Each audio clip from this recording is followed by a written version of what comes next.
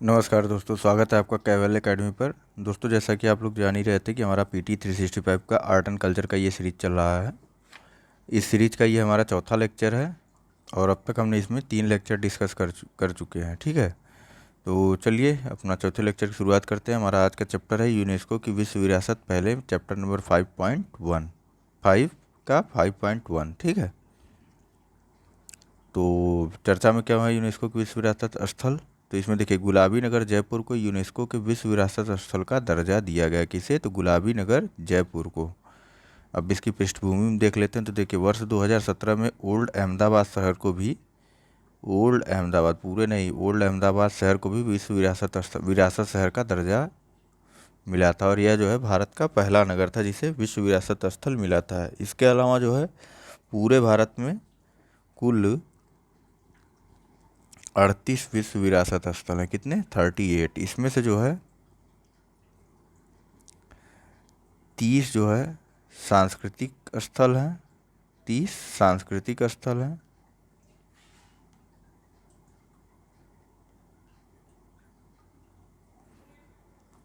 अब कितना शेष रह गया? अब रह गया शेष। तो इस 7 उसमें से प्राकृतिक स्थल हैं, 7 प्राकृतिक हैं और एक मिश्र कैटेगरी का है, यानी कि मिश्रित स्थल है। मिश्रित स्थल है यानी कि वह सांस्कृतिक और प्राकृतिक दोनों रूप से है, दोनों में है। कौन सा है वो? तो वह है काजीरंगा। काजीरंगा। ठीक है, बाकी वो 30 के 30 आपसे नहीं पूछने जा रहा है सांस्कृतिक स्थल कौन सा है कौन सा नहीं, यूपीएससी। ठीक है, तो चलिए आगे देखते हैं क्या है। आगे है कि यही डिटेल्स दी हुई है। इसके अलावा आगे है कि भारत द्वारा जयपुर शहर का नामांकन जो है दक्षिण एशिया के स्वदेशी शहर नियोजन और निर्माण का एक असाधारण शहर के उदाहरण के रूप में किया गया था। ठीक है, अब जयपुर शहर के नगर नियोजन के बारे में थोड़ा सा देख लेते हैं। देखिए, यह एक दुर्गीकृत शहर है, मतलब इसके चारों तरफ दुर्ग बनाया हुआ है, इस शहर के चारों तरफ। और किसके द्वारा इसकी स्थापना की गई थी? तो इसकी स्थापना राजा सवाई जय सिंह के द्वारा की गई थी। ठीक है, राजा सवाई जय सिंह द्वितीय के द्वारा। कब की गई थी? 1727 ईस्वी में। ठीक है, जयपुर शहर जो है उत्तर मध्यकालीन नगर नियोजन एवं स्थापत्य कला के क्षेत्र में अनुकरणीय विकास हेतु सुविख्यात है। ठीक है, देखिए जयपुर शहर की स्थापना जो है मैदानी भाग में की गई थी। साथ ही जो है इसके निर्माण में वैदिक स्थापत्य के आलोक में वर्णित ग्रीड योजना, यानी कि इस तरीके से ग्रीड योजना का अनुसरण किया गया था। ठीक है, शहर का नगर नियोजन वस्तुतः प्राचीन हिंदू और उत्तर मध्यकालीन मुगल के साथ साथ पश्चिमी सांस्कृतिक विचारों के आदान प्रदान को प्रदर्शित करता है। ठीक है, यह एक वाणिज्यिक राजधानी भी है। ठीक है, वाणिज्यिक राजधानी के रूप में विकल्पित शहर जयपुर ने वर्तमान में भी अपने व्यावसायिक, कलात्मक और सहयोगी परंपराओं को अक्षुण्ण बनाए रखा है। यहाँ के कुछ फेमस प्लेसेस के बारे में जान लेते हैं हम लोग। जयपुर में देखिए, एक गोविंद देव मंदिर है, आमेर दुर्ग है, सिटी पैलेस है, जंतर मंतर और हवा महल। कौन कौन सा? गोविंद देव मंदिर, आमेर दुर्ग, सिटी पैलेस, जंतर मंतर और हवा महल। ठीक है, नेक्स्ट विश्व विरासत समिति के बारे में जान लेते हैं। तो देखिए, यह विश्व धरोहर अभिसमय के क्रियान्वयन हेतु एक उत्तरदायी निकाय है। नेक्स्ट है कि विश्व धरोहर अभिसमय एक अंतर्राष्ट्रीय समझौता है। कौन सा समझौता है? तो यह जो है एक अंतर्राष्ट्रीय समझौता है जिसे यूनेस्को के सदस्य देशों द्वारा वर्ष 1972 में अंगीकृत किया गया था। कब से? तो 1972 में। ठीक है, इस अभिसमय का प्राथमिक लक्ष्य जो है उत्कृष्ट सार्वभौमिक मूल्य वाली विश्व की प्राकृतिक और सांस्कृतिक विरासत की पहचान करना और उन्हें संरक्षण प्रदान करना है। रणनीतिक उद्देश्यों में क्या है? तो विश्वसनीयता, संरक्षण, क्षमता निर्माण, संचार, समुदाय, अर्थात 5 Cs। क्या है ये? Credibility, conservation, capacity building, communication, communities पर आधारित है। ठीक, यानी कि 5 C। यह समय विरासत संरक्षण के लिए जागरूकता बढ़ाने के उत्प्रेरक के रूप में भी कार्य करता है। जाहिर सी बात है, किसी को अगर कोई भी पहचान दे दी जाए तो वह उसको जो है सुरक्षित रखने का प्रयास करता है। ठीक है, इस अभिसमय के तहत स्थापित वर्ल्ड हेरिटेज फंड विश्व विरासत स्थलों की पहचान, संरक्षण एवं प्रोत्साहन हेतु सदस्य राष्ट्रों को वित्तीय सहायता भी देता है। ठीक है, कौन देता है? तो वर्ल्ड हेरिटेज फंड की तरफ से मिलता है। ठीक है, और यूनेस्को के अंदर एक विश्व विरासत स्थल के रूप में नामित होने के लिए क्या क्या कंडीशन होनी चाहिए? तो देखिए, पहली चीज़ तो उत्कृष्ट सार्वभौमिक मूल्य होना चाहिए उसका, बस। और दूसरी चीज, उसे अपनी विरासत की सुरक्षा और संरक्षण के प्रति प्रतिबद्ध होना भी आवश्यक है। यह एक नॉर्मल सा पॉइंट है, दोनों ही। तो यूनेस्को के बारे में भी जान लेते हैं। यूनेस्को क्या है? तो यूनेस्को देखिए एक संयुक्त राष्ट्र की विशेषीकृत एजेंसी है। इसका मुख्यालय कहाँ पे है? तो इसका मुख्यालय है पेरिस में। ठीक है, इसका घोषित उद्देश्य संयुक्त राष्ट्र के चार्टर में उल्लिखित मूलभूत स्वतंत्रता के साथ साथ न्याय, विधि के शासन और मानव अधिकारों के प्रति सार्वभौमिक सम्मान में वृद्धि करते हुए शैक्षिक, इन पॉइंट पर ध्यान दीजिएगा, शैक्षिक, वैज्ञानिक और सांस्कृतिक सुधारों के माध्यम से अंतर्राष्ट्रीय सहयोग को बढ़ावा देकर शांति एवं सुरक्षा में सहयोग प्रदान करना। किसमें किसमें? शैक्षिक, वैज्ञानिक और सांस्कृतिक सुधारों के माध्यम से। ठीक है, संयुक्त राज्य अमेरिका और इजराइल ने जो है 31 दिसंबर 2018 को यूनेस्को की सदस्यता को त्याग दिया था। क्यों त्याग दिया था? फिलिस्तीन के मुद्दे पर। ठीक है, फिलिस्तीन के मुद्दे पर। और अन्य सुर्खियों में विरासत स्थलों के बारे में जान लेते हैं। भारत में और कौन कौन से विरासत स्थल थे और सुर्खियों में क्यों थे वो। तो सबसे पहले तो तट मंदिर मामल्लपुर का है। कहाँ का? मामल्लपुरम। यह जो है द्रविड़ शैली में निर्मित है। किस शैली में? द्रविड़ शैली में निर्मित है। और निर्माण किसके द्वारा किया गया था? तो नरसिंह वर्मन द्वितीय द्वारा इसका निर्माण किया गया था। कब से कब तक? तो 700 से 728 ईस्वी तक। ठीक है, दूसरा अजंता और एलोरा की गुफाएं भी हैं। ये कहाँ पे है? तो ये है औरंगाबाद, महाराष्ट्र में। अजंता गुफाएं शैलोत्कीर्ण अजंता बौद्ध गुफाएं हैं और इनका निर्माण द्वितीय सदी से लेकर के 480 ईस्वी के मध्य किया गया था। ठीक है, वहीं एलोरा जो है बौद्ध, हिंदू एवं जैन स्मारक विद्यमान है। ठीक है, इसका निर्माण कब से कब हुआ था? तो ये 600 से लेकर के 1000 ईस्वी तक हुआ था। नेक्स्ट, बोधगया स्थित महाबोधि मंदिर है। तो महाबोधि परिसर में भगवान बुद्ध को जीवन के से संबंधित 4 पवित्र स्थलों में से एक है। ठीक है, महाबोधि मंदिर परिसर भगवान बुद्ध के जीवन से संबंधित 4 पवित्र स्थलों में से एक है। यह विशेष रूप से उनकी ज्ञान प्राप्ति से संबद्ध है। किस चीज़ से? महाबोधि मंदिर में क्या हुआ था? बोध गया में उनको ज्ञान प्राप्त मिला था महात्मा बुद्ध को। ठीक है, इसका निर्माण किसने करवाया था? निर्माण सम्राट अशोक द्वारा 3री सदी ईसा पूर्व में करवाया गया था। ठीक है, वर्तमान मंदिर जो है 5वीं-6ठी शताब्दी से संबंधित है। ठीक है, यह पूर्णतया ईंटों से निर्मित प्रारंभिक बौद्ध मंदिरों में से एक है। नेक्स्ट देखते हैं क्या है। तो नेक्स्ट जो है हम्पी स्थित पाषाण रथ मंदिर है। कहाँ का? हम्पी स्थित पाषाण रथ मंदिर। यह किस लिए हुआ भैया? यह क्यों चर्चा में? तो देखिए, विट्ठल मंदिर परिषद यूनेस्को द्वारा विश्व विरासत स्थल घोषित है। ये विट्ठल मंदिर परिषद, ठीक है, में निर्मित यह रथ गरुड़ को समर्पित एक पवित्र संरचना है। किसको समर्पित है? तो यह न रथ, तो यह गरुड़ को समर्पित है। ठीक है, यह मंदिर कर्नाटक में तुंगभद्रा नदी के तट पर हम्पी में अवस्थित है। हम्पी रथ भारत के प्रमुख रथों में से एक है। इसके अलावा अन्य रथ कहाँ कहाँ है? तो कोणार्क उड़ीसा का रथ, कोणार्क का रथ मंदिर, महाबलीपुरम तमिलनाडु स्थित रथ मंदिर। ठीक है, अब हम्पी की बात कर रहे थे तो हम लोग, तो हम्पी रथ का निर्माण 16वीं सदी ईस्वी में विजयनगर साम्राज्य के शासक कृष्णदेव राय द्वारा करवाया गया था। ज्ञातव्य है कि कृष्णदेव राय उड़ीसा में एक युद्ध के दौरान कोणार्क सूर्य मंदिर के रथ से अत्यधिक प्रभावित हुए थे। उसे ही देख करके इन्होंने हम्पी में एक रथ मंदिर बनवाया था। नेक्स्ट है हमारा 5.1.1 यूनेस्को विश्व विरासत स्थलों की संभावित सूची। क्या है? यूनेस्को विश्व विरासत स्थलों की संभावित सूची। इसके बारे में जानते हैं। तो सुर्खियों में क्या है? तो देखिए, यूनेस्को ने भारतीय पुरातत्व सर्वेक्षण द्वारा प्रेषित प्रस्ताव पर मध्य प्रदेश के ओरछा शहर और कैलाश मानसरोवर के भारतीय भाग को विश्व विरासत स्थलों की संभावित सूची में शामिल किया है। किसके रिकमेंडेशन पे? तो भारतीय पुरातत्व सर्वेक्षण के रिकमेंडेशन पर। किसे? तो मध्य प्रदेश के ओरछा शहर और कैलाश मानसरोवर के भारतीय भाग को, ठीक है, विश्व विरासत स्थलों की अपनी संभावित सूची में शामिल किया। तो ओरछा के बारे में हम लोग जान लेते हैं। ऐसा क्या है इसमें, देखिए ओरछा जो है एक सांस्कृतिक विरासत सूची में शामिल करने के लिए एएसआई का अनुरोध तुमने ऊपर देखा था। देखिए ये जो है इसका इस ऐतिहासिक बस्ती का नाम एक लोकोक्ति में जो है ओंदे छो से उत्पन्न हुआ है। किस चीज़ से, तो ओंदो छे से भी उत्पन्न हुआ है, जिसका अर्थ होता है निम्न या प्रछन्न। किससे उत्पन्न हुआ है इस बस्ती का नाम ओरछा का, ओंदो छे, क्या, ओंदो छे, इसका अर्थ निम्न या प्रछन्न होता है। बेतवा नदी के तट पर यह स्थित है, ठीक है। इसका निर्माण कब हुआ था, तो 16वीं सदी के बुंदेला राजवंश के शासक राजा रुद्र प्रताप सिंह द्वारा इसका निर्माण करवाया गया था। किसके द्वारा, 16वीं सदी के बुंदेला राजवंश के राजा रुद्र प्रताप सिंह के द्वारा करवाया गया था। बुंदेला स्थापत्य जो है यह मुगल प्रभाव से, बुंदेला स्थापत्य में जो है मुगल प्रभाव परिलक्षित होता है, मतलब मुगल प्रभाव से यह प्रभावित था, ठीक है।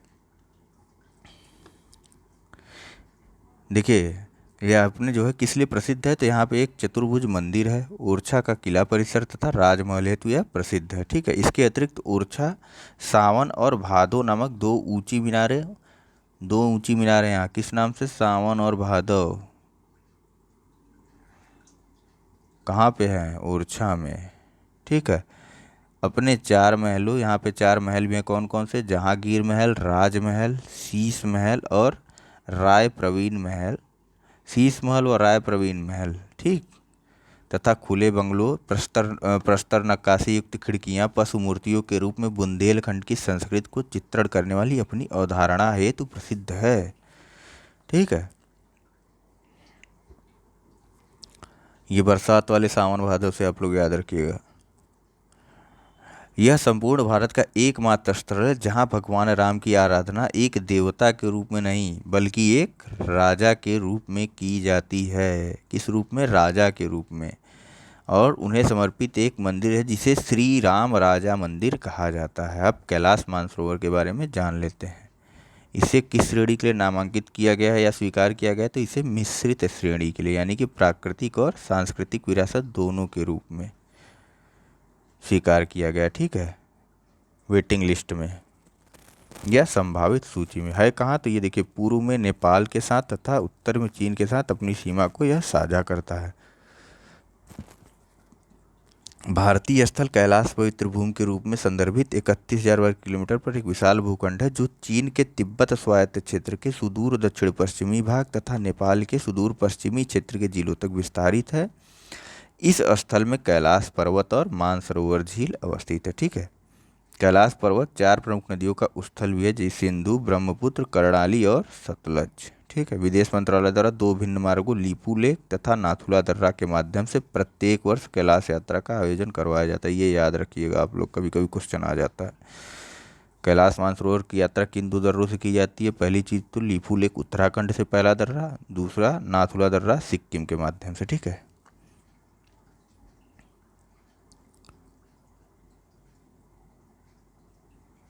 नेक्स्ट है ईरान की सांस्कृतिक धरोहर, हेडिंग है हमारी। तो यह चर्चा में क्यों, तो देखिए हाल ही में अमेरिकी राष्ट्रपति ने ईरान को चेतावनी दी थी कि यदि वह प्रतिशोधपूर्ण कार्रवाई में किसी अमेरिकी संपत्ति पर हमला करता है तो अमेरिका द्वारा ईरान और ईरानी संस्कृति के लिए महत्वपूर्ण उसके 52 स्थलों को लक्षित किया जाएगा। किसी देश की संस्कृति को लक्ष्य करने से मतलब तात्पर्य क्या है,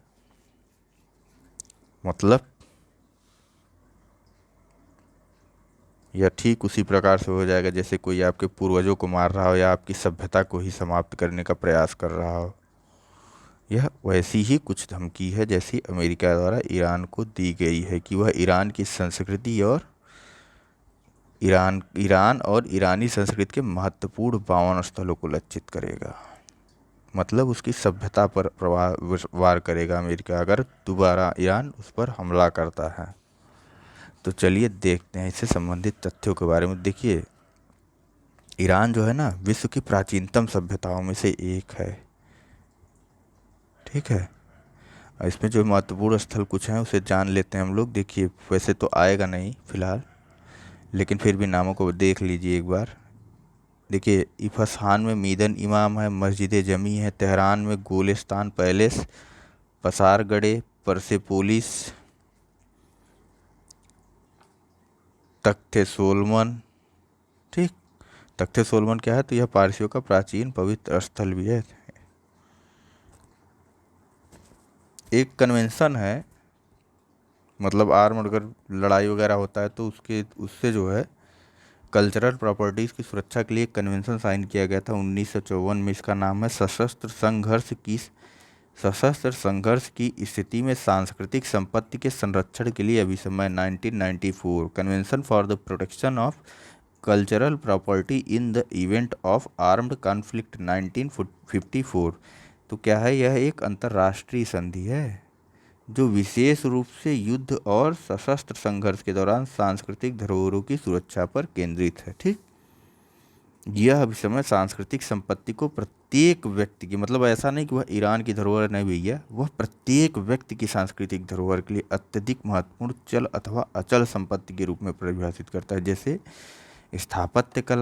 स्थापत्य कला या ऐतिहासिक, या तो ये धार्मिक हो सकते हैं या लौकिक, स्मारक और पुरातात्विक स्थल आदि। वर्तमान में 133 देशों ने इस अभिसमय पर हस्ताक्षर भी कर दिया है। संयुक्त राज्य अमेरिका और ईरान के साथ साथ भारत ने भी इस पर हस्ताक्षर किया है। ठीक है, भारत ने भी इस पर हस्ताक्षर किया है। इसके अलावा एक और वो है संविधि है, कौन सी, तो रोम संविधि है। यह भी जो है अंतर्राष्ट्रीय अपराध न्यायालय की संस्थापक संधि है। किसकी है, तो ICJ इंटरनेशनल क्रिमिनल कोर्ट की जो है संस्थापक संधि है ये, जो ऐतिहासिक स्मारक या धर्म, शिक्षा, कला अथवा विज्ञान के प्रति समर्पित इमारत पर किसी अंतर्राष्ट्रीय हमले को एक युद्ध अपराध के रूप में घोषित करती है। लेकिन फिर भी अमेरिका डरा नहीं, उसने स्पष्ट रूप से धमकी दे दी, युद्ध अपराध के रूप में घोषित करती है। 122 देशों ने रोम संविधि पर हस्ताक्षर किया। ठीक है, और अमेरिका भी इस संविधि पर एक हस्ताक्षरकर्ता देश है, किंतु इसने अभी तक इसकी अभिपुष्टि या रेक्टिफाई नहीं किया। भारत द्वारा न तो इस पर हस्ताक्षर किए गए, न ही इसकी अभिपुष्टि की गई है। नेक्स्ट है यूनेस्को का ये कभी वो है पहल, यूनेस्को का क्रिएटिव सिटीज नेटवर्क, जान लेते हैं इसके बारे में। तो सबसे पहले चर्चा क्या है, देखिए यूनेस्को द्वारा जो है वर्ल्ड सिटीज डेज मनाया गया था। कब, तो विश्व शहर दिवस 31 अक्टूबर को यूनेस्को द्वारा मनाया गया था। ठीक, इस अवसर पर मुंबई और हैदराबाद सहित विश्व के 66 शहरों को क्रिएटिव सिटीज नेटवर्क में शामिल करने की घोषणा की गई थी। भारत के कौन कौन से दो शहर, मुंबई और हैदराबाद। तो अब चलिए पहले अब जान लेते हैं क्रिएटिव सिटीज नेटवर्क के बारे में, पहले जानते हैं, फिर ये संबंधित तथ्यों को देखते हैं हम लोग कि मुंबई को किस कैटेगरी में शामिल किया गया है या फिर हैदराबाद को किस लिए शामिल किया गया है। पहले देखिए इस सिटीज़ को, क्रिएटिव सिटीज नेटवर्क के बारे में जानते हैं। देखिए इस पहल को वर्ष 2004 में उन शहरों के साथ और उनके मध्य सहयोग को प्रोत्साहन प्रदान करने के लिए प्रारंभ किया गया था जिन्हें रचनात्मकता को जिन्होंने रचनात्मकता को संधारणीय शहरी विकास के लिए एक रणनीतिक कारक के रूप में मान्यता प्रदान की है। वर्तमान में इस नेटवर्क के तहत सम्मिलित शहर एक साझा उद्देश्य की दिशा में कार्य कर रहे हैं, मतलब इनका गोल एक हो जाता है। ठीक, रचनात्मक एवं सांस्कृतिक उद्योगों को स्थानीय स्तर पर उनकी विकास योजनाओं को केंद्र में रखना और अंतर्राष्ट्रीय स्तर पर सक्रिय सहयोग स्थापित करना। ठीक है, इस नेटवर्क में शामिल होने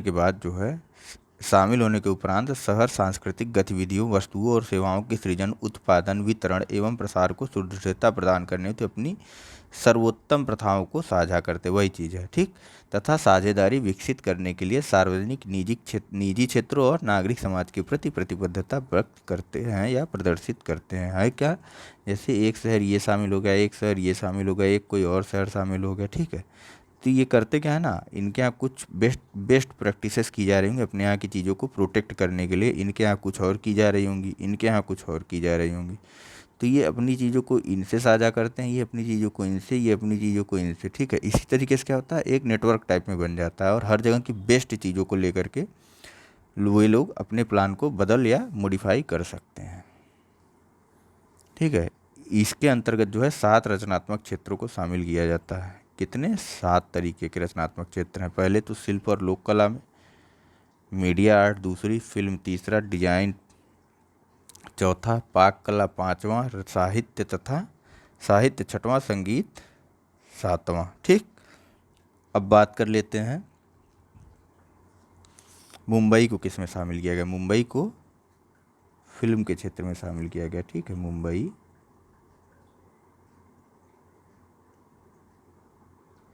ठीक क्रिएटिव सिटीज़ ऑफ फिल्म में शामिल किया गया। हैदराबाद को किस में शामिल किया गया, तो हैदराबाद को पाक कला या गैस्ट्रोनॉमी में शामिल किया गया। हैदराबाद को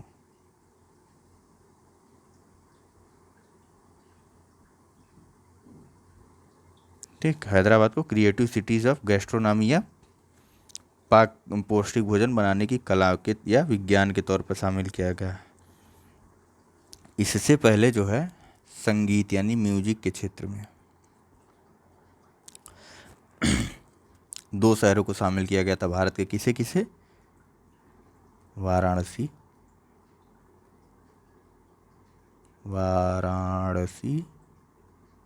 और चेन्नई।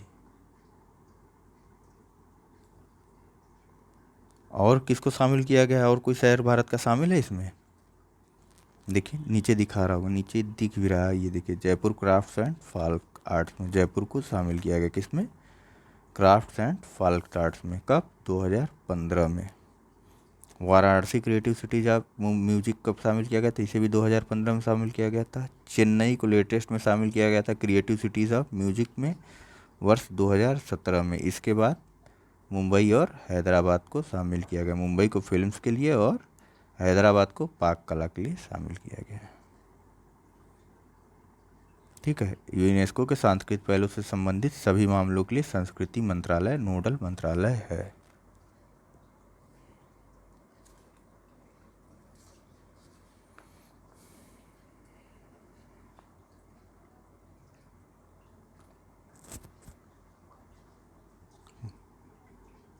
बस फिलहाल बहुत छोटा सा चैप्टर था ये, तो आज इस लेक्चर में फ़िलहाल इतना ही रखते हैं। कल हम लोग देखेंगे त्योहारों के बारे में या जो मेले लगते हैं,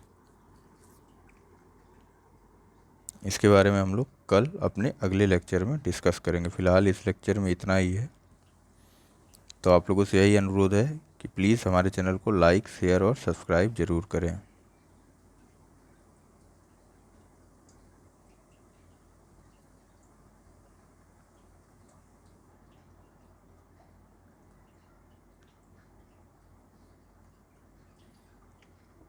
thank you very much for discussion. और एक चीज़ आपसे बता दूं कि हम जो है एक लगातार टेस्ट सीरीज की श्रृंखला चला रहे हैं अपने चैनल पर। ठीक है, फ़िलहाल हम पॉलिटी का टेस्ट डिस्कस कर रहे हैं, जिसमें अभी हमारा टेस्ट 1 ही चल रहा है। अभी जैसा कि आप लोग जानते हैं कि यूपीएससी से हमको टाइम मिल चुका है पूरे 50 दिन कम से कम।